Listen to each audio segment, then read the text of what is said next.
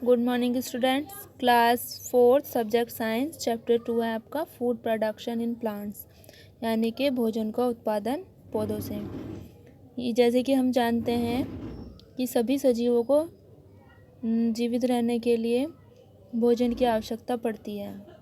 तो ये भोजन हमें कहाँ से कैसे प्राप्त होता है और इसका फर्स्ट यानी कि पहला उत्पादक क्या है, कौन है, ये हम इस पाठ के अंतर्गत पढ़ेंगे। जैसे कि ये हम जानेंगे कि फूड क्या, ये मान लीजिए मनुष्य शरीर या सजीवों का शरीर एक मशीन की तरह होता है जिसे चलने के लिए ईंधन की आवश्यकता होती है, और ये फूड जो है वही ईंधन है जो हमारे शरीर को चलने उसे कार्यरत रहने के लिए आवश्यक होता है। अब देखिए, जैसे कि human beings eat both plants and animals, thus they are dependent on plants and animals for food। अब जो ये मनुष्य है या फिर सजीव जो भी प्राणी हैं उन्हें डिपेंड होते हैं किस पर, प्लांट्स पर और एनिमल्स पर। अपना भोजन कहाँ से प्राप्त करते हैं, प्लांट्स और एनिमल्स से। अब जैसे कि हम यहाँ पर देखेंगे फूड के लिए आवश्यक है फर्स्ट उत्पादक हमारा है पौधे। उनमें यूनिक एबिलिटी पाई जाती है, किस लिए, क्योंकि वो सभी अदर लिविंग थिंग से अलग हैं, क्योंकि उन्हें भोजन के लिए किसी यानी कि वो अपना भोजन स्वयं बनाते हैं, ना कि किसी पर निर्भर होते हैं। जबकि अदर थिंग्स जो हैं जैसे कि मनुष्य है या सजीव जो भी प्राणी है वो भोजन के लिए दूसरे यानी द्वितीय उत्पादकों पर निर्भर होते हैं। अब जैसे कि ये है सेकंड टॉपिक है हमारे यहाँ पर, leaf the food producer. Leaf पत्ती किसी पौधे की पत्ती उसकी फूड प्रोड्यूसर होती है, यानी भोजन बनाने का जो कार्य है वो पत्तियाँ ही करती हैं। ये फूड फैक्ट्री भी प्लांट्स की कही जाती हैं और फूड का किचन भी पत्तियों को ही कहा जाता है। जैसे कि डिफरेंट शेप और साइज़ में होती हैं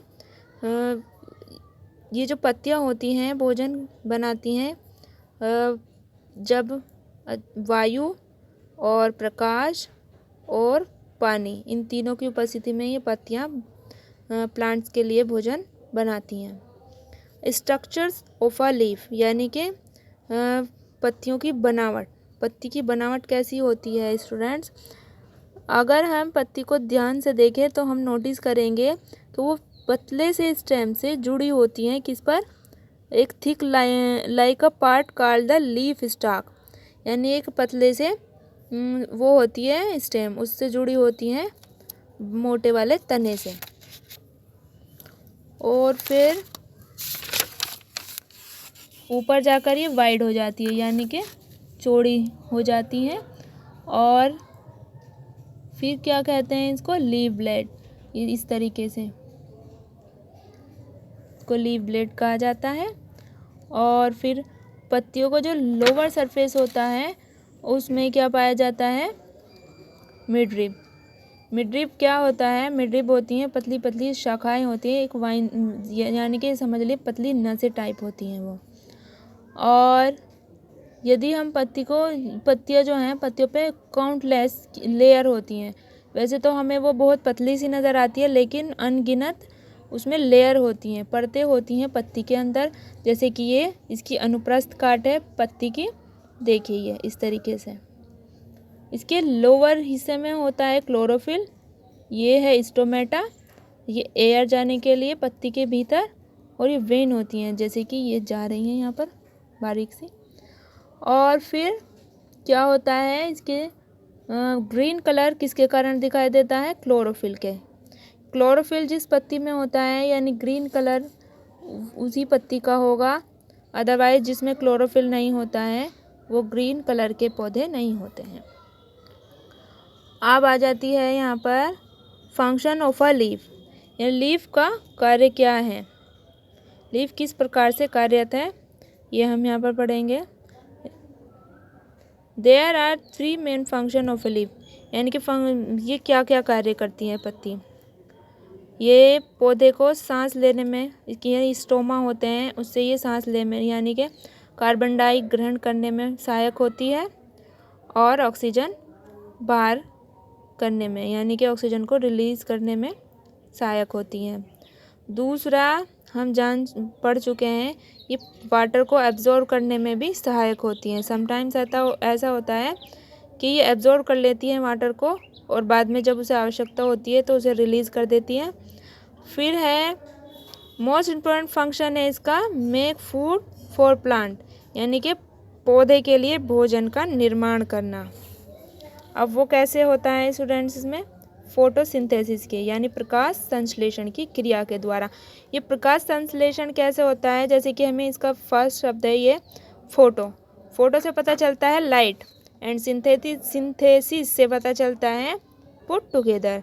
in photosynthesis 3 things that is water, chlorophyll and carbon dioxide and combined in the presence of sunlight, यानी कि 3 ही चीज वस्तुएं यानी होनी चाहिए ये थिंग्स, और क्या होना चाहिए, सूर्य का प्रकाश, तब ये भोजन बनाने में सक्षम होंगे। First of all water is absorb from the soil by roots, यानी कि जो जड़ होती है वो मृदा से भोजन को क्या करती है, ग्रहण करती है। उसके बाद वो स्टेम के ज़रिए से लीफ तक पहुंचता है, पत्तियों के पास पहुंचता है। Water reach the leaves passing the leaf stalks mid rib, यानी कि जो बारीक बारीक नसें होती हैं उसके ज़रिए से वो पत्तियों में पहुंच जाता है वाटर, रूट से होता हुआ। And the containing carbon dioxide enters a leaf through stoma के ज़रिए से जो है कार्बन डाइऑक्साइड पत्तियों के भीतर पहुंच जाती है। और फिर क्या होता है students, now the chlorophyll presents inside the leaf absorb energy from sunlight, यानी कि सनलाइट, ये क्लोरोफिल जो होता है सनलाइट को एब्जॉर्ब कर लेता है। Then the chlorophyll takes water and carbon dioxide using the energy, ये जो क्लोरोफिल होता है फिर क्या करता है, प्रकाश को ग्रहण कर कार्बन डाइऑक्साइड को भी ग्रहण करता है। Turns them into food in the form of glucose to or starch, फिर क्या होता है, क्लोरोफिल की उपस्थिति में फर्स्ट तो बनता है ग्लूकोज और स्टार्च की उपस्थिति होती है। Then the oxygen is release, फिर उसके बाद ऑक्सीजन को वो रिलीज कर देते हैं, ऑक्सीजन को छोड़ देते हैं। This food is transported through out the plant by the stem and branches, इसके बाद ये जो फूड बनता है यानी कि कार्बन डाइऑक्साइड ये सब कुछ जो भोजन भी बनता है, यानी कि इसे हम भोजन ही कहेंगे एक तरीके से, तो ये फिर कहाँ पहुँचता है, प्लांट में, उसके तने और उसकी शाखाओं में पहुँचता है स्टूडेंट्स। ये पत्तियों का कार्य था स्टूडेंट्स, आपको मैं आशा करती हूँ समझ आया होगा। If you any question about this chapter you ask me, I can solve that. Thank you.